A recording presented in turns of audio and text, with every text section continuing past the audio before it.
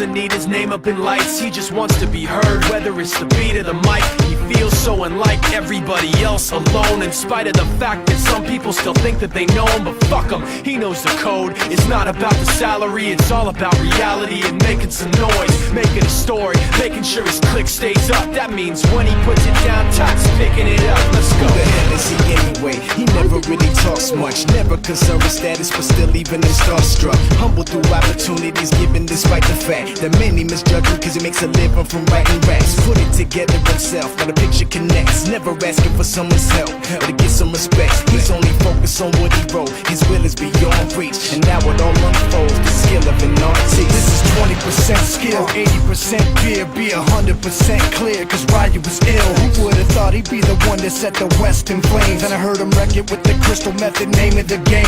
Came back, dropped Megadeth, took him to church. I like Bleach, man. Ryu had the stupidest verse, this dude is the truth. Now everybody giving them guest spots and stocks through the roof. I heard he fucking with that stock.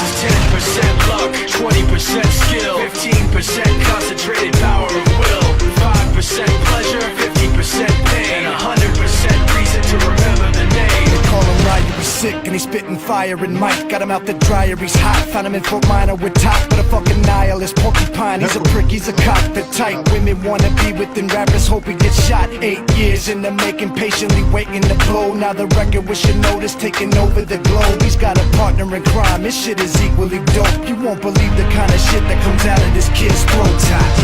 He's not your everyday on the block. He knows how to work with what he's got, making his way to the top. He often gets a comment on his name. People keep asking him, was it given that birth that doesn't stand for an acronym? No, he's living proof. Let him rock in the booth. He'll get you buzzing quicker than a shot of vodka with juice.